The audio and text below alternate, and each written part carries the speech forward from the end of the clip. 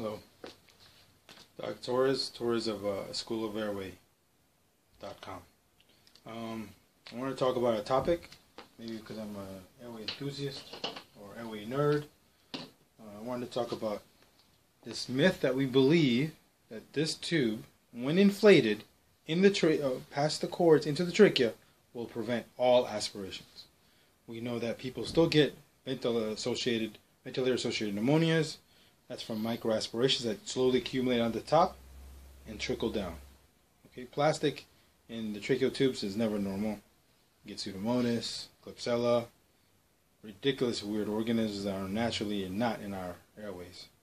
But to believe the myth of Atlas holding up the world on two shoulders, you would have to be a giant. Not even Godzilla could hold up the world. Not even the Hulk. And these are comic book characters. So to believe that this prevents all aspirations, you gotta be kidding me. So what we need to we probably need to modify this tube and change it in shapes. Make it wider, and then taper it off. Maybe inflate more of it. This has to change. I know this doesn't prevent all aspirations. But I'm going to tell you that, and maybe it's going to sound like heresy, what if a device like the Aura Gain, or its predecessor, the Aura I,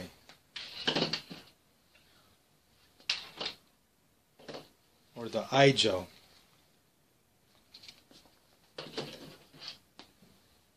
or the AirQ, an LME knockoff, but looks just like an LME by Intersurgical, the LMA Supreme. What if this was designed 20 or 50 years before the mythical endotracheal tube with the cuff? I wonder.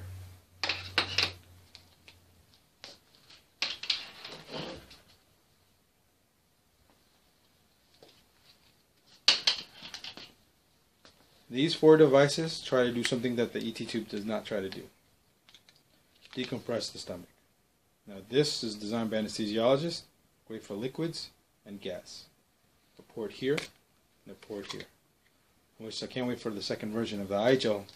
Okay? Anesthesiologists use this, EMTs and ER doctors use this, but it'd be a better product if you can suction more than just liquids and gas. It won't suction much of Coronas and White Castles. This tries at least to allow a Salem sump to go into the side port and drain the esophagus and the stomach. This is the AirQ. This is an evolved version of the original Aura I, but this is the Aura Gain. You've gained a gastric port.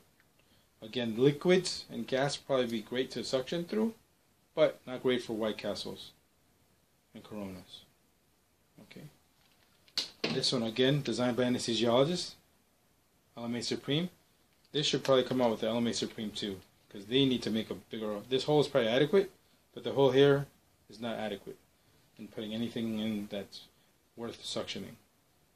Liquids and gas, yes, but our ER patients do not limit themselves to liquids and gas diets. Okay. The evolved version of a combi tube. I can only imagine the King LT 2.0. Second version of this would allow for an ET tube to perhaps fit through here, so you could do rescue intubation through it. This basically, when inflated with one syringe, a large syringe, a 60 cc syringe at least, inflates both cuffs at once, the proximal esophagus and the base of the tongue. Locks off an enclosed space that stuff can't come in, and the air doesn't leak out as you bag through here. This allows the Salem sump to go through the back end and go through and decompress into the distal port right here, to the esophagus and stomach. These attempt to prevent aspiration. This does not.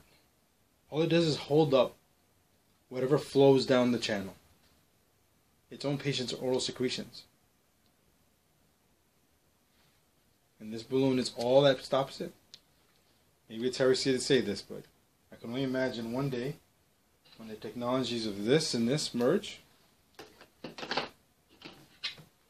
or this device and this device merge into a better device that for better improved patient safety, and so that I as a resuscitationist can be more relaxed and feel more confident that when I protect his airway, I am truly protecting the airway, not deluding myself that I protect the airway with this tube.